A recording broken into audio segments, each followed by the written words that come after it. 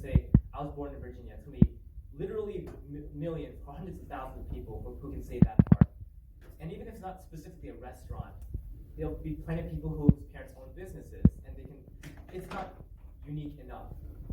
So what I chose to write about instead is I wrote about looking out at the graffitied streets of Buenos Aires in Argentina and seeing our restaurant and the sign for the first time. Okay. First of all, already it tells a lot of that same information, but in a much more creative and interesting way. So it talks about my living in Argentina. It talks about our restaurant, but it puts the reader in the perspective of me and my life when I was living it at the time. Okay?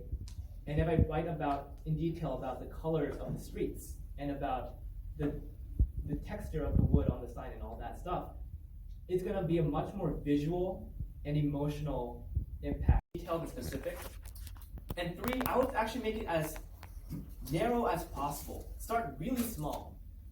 Make it like the most emotional 1 second of that video. And kind of start from there. Maybe that's extreme, but that's the sort of scale I want you guys to think about. So don't just think, oh, the time I had a party.